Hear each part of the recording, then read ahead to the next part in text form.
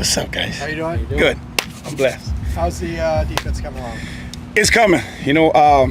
We're carrying over from spring ball and continuing to develop some of the transfer portals, and us actually really more the unity of, we understand the defense from spring ball, and then now it's really just putting it together where the guy to the right and the left of you, we're all kind of meshing together to make the scheme work. Who are some of the guys who are emerging as potential playmakers right now? Well, the guy that's really excited, I'm excited about, is watching Gary and Keanu come back. They've been chomping at the bits in spring ball, and those guys have really flashed in what we thought the inside guys should look like.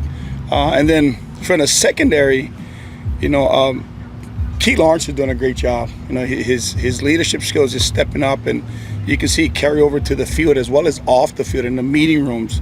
He's taking a leadership role there, and then they're holding like separate meetings by themselves. So they're really taking the initiative to grasp this scheme. When it comes to Gary and Keanu, would you say they're 100%, and are they going to be able to take all the reps they normally would take, or are you going to be mixing some other guys in, and maybe that's a function of depth as well? They can. Yeah. I think the way Coach Foster is, we want to make sure we can take care of our horses, so to speak. So they'll take reps here and there, just so they can mentally lock in. But the end goal for us is to make sure we get them to August 30th and they're full speed. And when it comes to Gary, do you have a set plan of how many snaps you'd like to get him involved in a game? Yeah, I do. I think throughout camp, though, we want to make sure that what I visualize as his rep count, he can actually withstand that. So, those guys have to have extra work in terms of cardio, just because I want to take some of the poundage off and some of the running off them from actually doing it on the field. So those guys have been a great job before and after. Him, Keanu, as well as Ciale is trying to get the cardio in. So if they can match and meet that part of it, then I think those guys should be. There won't be as much as Jay, because Jay had to carry a lot of load, but pretty close to it, I would say. I saw you yesterday. Seemed a little bit unhappy with some of the interior defensive linemen. Yeah. Came over and said something.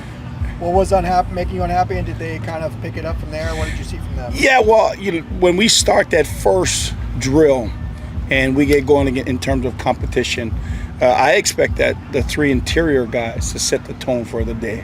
And they just didn't show up. They were still in warm-up mode or whatever it is. And, for us, we had a tendency to start that way as a team, let alone our defense. And so, I wanted them to take ownership of that. There's a responsibility. If you're going to call yourself leaders of this defense, there's a responsibility to it. So I blame them for us starting off bad. Eventually, the practice became good, and they did what they're supposed to do. But on play one, that's when I expect that.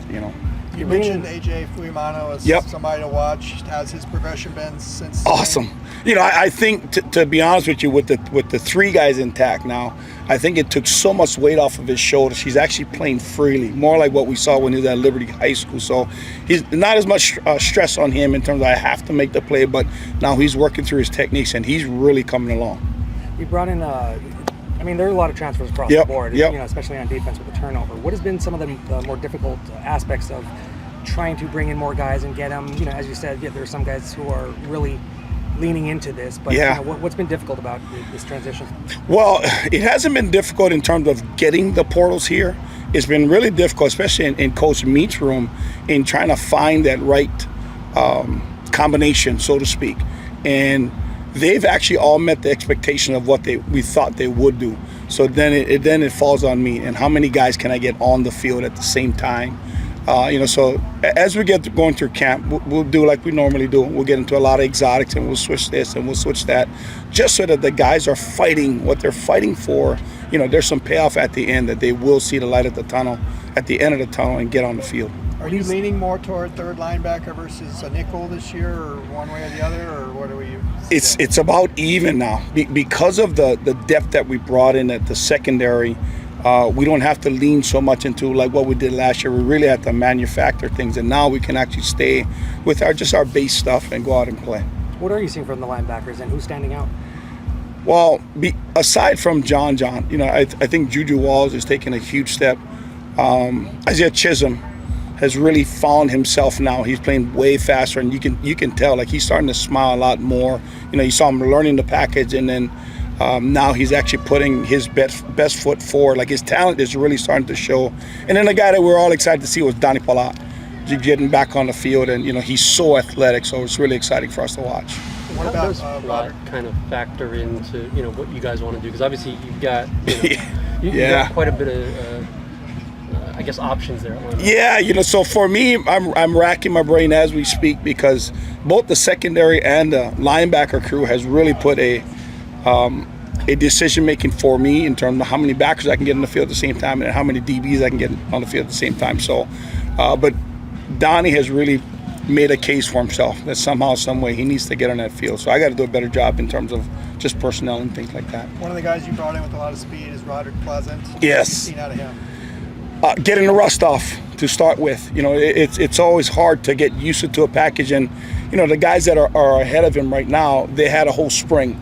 So the stuff that we were trying to get through spring and get the rust off of them, Roderick is going through that at this moment. But he's progressing really, really well. He will be a big factor in what we do here. Getting a guy like Kanye Clark healthy and back, kind of talk about him. Yeah, well, Kanye and Cole, they're about the same, those two guys. They're so multiple. We can move them all over from corner to nickel to safety. They've actually been playing all parts of it. So it really helps us to move other people in other parts that maybe if they get in the game, we can shuffle those guys around. But Kanye being back, I mean, it's like two warriors with him and Cole out there. Because it looks like you guys maybe signed a new guy, Jaylen Harro. Yep. Is he gonna join the team soon? Yes. He's actually getting himself in shape. We don't want to just throw him in the fire and then he gets hurt. So we're thankful that he got to join us as much as we can. I think we all understand how important the depth at defensive line play is. So the more people we got to bring in, the better off we are. Is he here now? He is here now. Okay. He is here now. Just going through the cardio part, making sure he can get going that way. What's it like to see Coach Martin be able to coach his son? Have you seen some special moments there? I think like most dads, I think he's probably harder on Cole than most, but I think that those guys are very similar in terms of the mindset. Cole wants all of it. He loves the fact that we can be hard on him, but then separate him from his dad. And then I think Coach Meat likes that as well, where he can be hard on Cole, but then it's not a father-son relationship. It's truly a coach-player relationship. So we're getting better that way. You had guys like Carson, Kane. Yep. You lost to the NFL. Some really productive guys. Yep. Do you see? And it's kind of hard to replicate that. Yeah. But is anyone doing a good job of trying to replace what they? I think John. First off, he will be set up to do what Carson did already. Just a matter in belief and confidence. I think that's what Carson went through, and that's what John has to go through. He had a great offseason. So for him, just going and making plays will be his biggest challenge, knowing that he can do it, and it's all really set up for him. You got two new arrivals since the summer, Anthony Jones Yep. and then Bennett. Yeah. What do you see out of those two, and are either one of those maybe more ahead of schedule than the other right now? I think they're both about the same. Again, part of it is really unlearning to learn. There's so many different schemes that both of them have been a part of, coming from the Michigan area.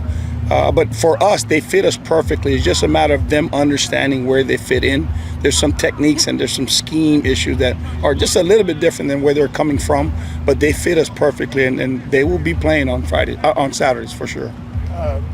Coach Foster was talking about the new kind of recruiting energy of the assistants.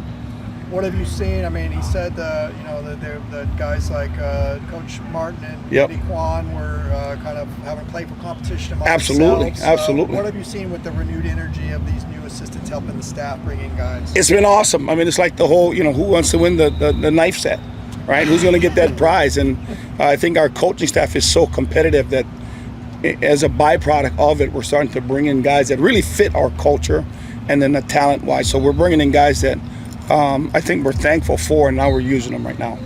You guys have had a schedule change this week with shifting away from some morning practices to more in the afternoon. Was there a specific reason for that? Or? Yeah, he's just testing the discipline. That's Coach Foss. He wants to change things back and forth and see how do we react, and then can we stay focused on the task at hand. He says practice here, let's get back and we stay focused. No, we're going to change it. We're going to practice in the morning. Let's stay focused here. So that's just Coach Foss. He's really testing our team and how disciplined can we be with everything. Well, when you think about the defense, you have a pretty good idea in your mind of who the starters are going to be, or is it still pretty fluid across the board? It's pretty fluid across the board. What I think I went into camp probably having a decent idea of who I think would start, and there are guys that are competing that really put in a good case for themselves. So that's a great problem to have, though, for us. To have multiple people battling for jobs. I think when it comes to outside expectations, I think you guys obviously surpassed and surprised people last year. What are your own internal expectations, and how much do you have to maybe try to raise the standard going into this year? Yeah, well, I hope it's the same result. I hope we can surprise and surpass what everybody expected us to do. I mean, we're doing it again. We're going to replace all 11. I think our own expectations have a standard, and I expect to meet them. So if we do, then we should probably have the same result, and I think the same expectations or exceeding the expectations of everyone else. Thank you, Coach. Thank you. Appreciate it, guys. Thank you.